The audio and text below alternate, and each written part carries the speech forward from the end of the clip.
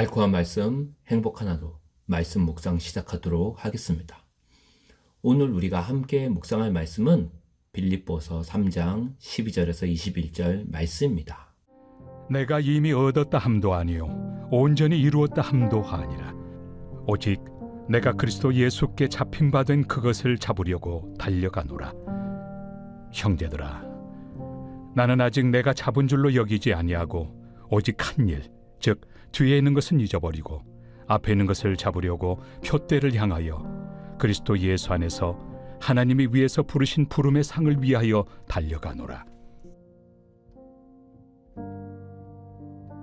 그러므로 누구든지 우리 온전히 이룬 자들은 이렇게 생각할지니 만일 어떤 일에 너희가 달리 생각하면 하나님이 이것도 너희에게 나타내시리라. 오직 우리가 어디까지 이르렀든지 그대로 행할 것이라. 형제들아, 너희는 함께 나를 본받으라.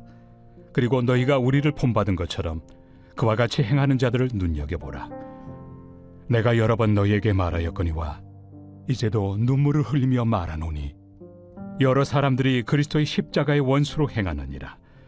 그들의 마침은 멸망이요 그들의 신은 패요 그 영광은 그들의 부끄러움에 있고 땅의 일을 생각하는 자라. 그러나 우리의 시민권은 하늘에 있는지라. 거기로부터 구원하는 자 곧 주 예수 그리스도를 기다리노니 그는 만물을 자기에게 복종하게 하실 수 있는 자의 역사로 우리의 낮은 몸을 자기 영광의 몸의 형체와 같이 변하게 하시리라. 메리 크리스마스, 기쁜 성탄절입니다. 예수님이 이 땅에 우리를 구원하시러 오신 날을 기념하는 날인데요.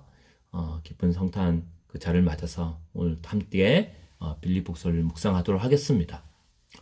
저희가 지난 12월 21일부터 매일 성경에서는 빌립보서를 묵상하고 있는데요.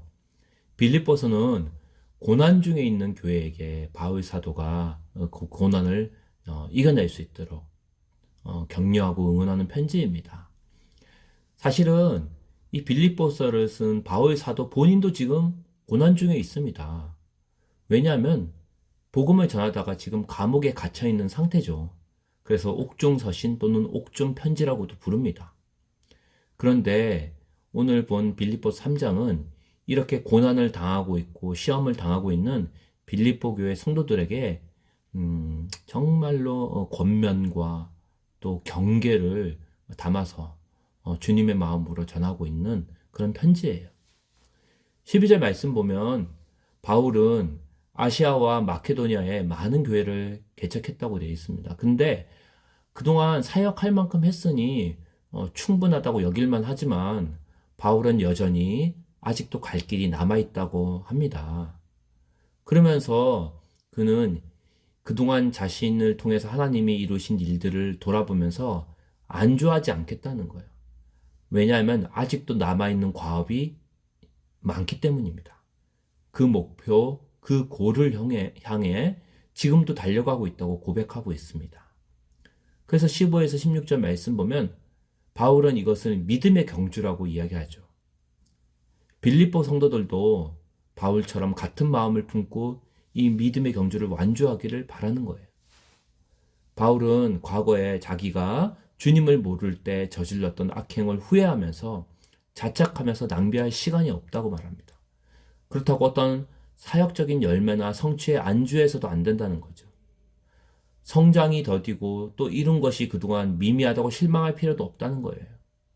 지난날의 과거가 어떠했든지 어제까지의 내 삶이 어떠했든지 얼마나 성공했고 얼마나 실패했든지 간에 그것과 상관없이 지금 나의 위치를 출발점으로 삼고 다시 믿음의 경주를 시작하라는 겁니다.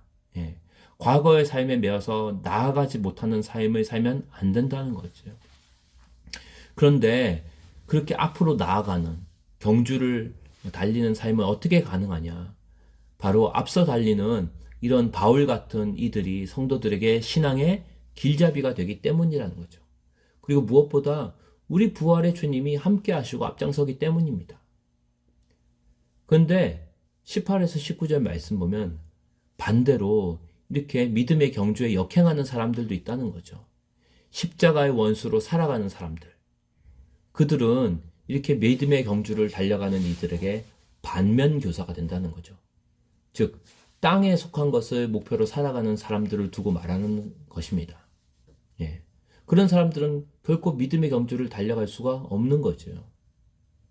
그러면서 20에서 21절 말씀 보면 하늘의 시민권을 가진 사람과 땅에 속한 사람의 운명은 마지막 날에 그 운명이 영원히 갈리게 될 거라는 거예요. 비록 지금은 같은 세상에서 함께 산다고 하더라도 같이 밥 먹고 같은 직장에서 일하고 같은 버스를 타고 같은 지하철을 타고 다닌다 하더라도 우리는 모두 각자가 속한 자기만의 세상이 있다는 거죠. 어떤 사람은 하늘에 속한 인생을 살고 있고 어떤 사람은 땅에 속한 나라, 땅에 속한 세상을 살고 있다는 겁니다. 그리고 이 사람들은 마지막 날에 완전히 다른 결말에 이른다는 거예요. 마지막 때에 땅에 속한 사람과 하늘에 속한 하늘의 시민권을 가진 사람의 운명은 땅과 하늘만큼 차이가 날 거라는 겁니다.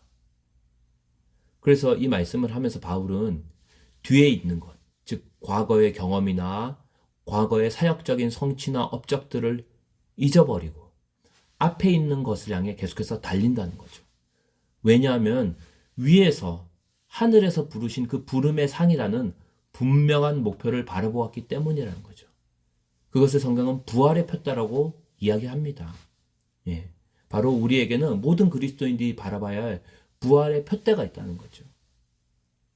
물론 저에게 이런 말을 하시는 분도 있습니다. 목사님, 먹고 살아야 되지 않겠습니까? 예, 물론 인생에서 먹고 사는 거 중요합니다. 하지만 먹고 사는 게 인생의 목표가 될 수는 없죠. 우리는 먹고 사는 거 중요합니다. 그렇지만 그 먹고 사는 거는 인생의 목표가 아니라 인생의 더 높은 목표를 향한 수단이고 도구에 불과하다는 거죠. 오늘 말씀을 통해 우리도 우리 인생의 목표를 다시 점검해야 한다는 거죠. 여러분의 인생의 목표는 무엇입니까? 성경은 부활이야말로 예수 믿는 사람의 인생의 표대라고 말합니다. 하나님 나라의 완성이 우리 인생의 목적이라고 말하고 있습니다.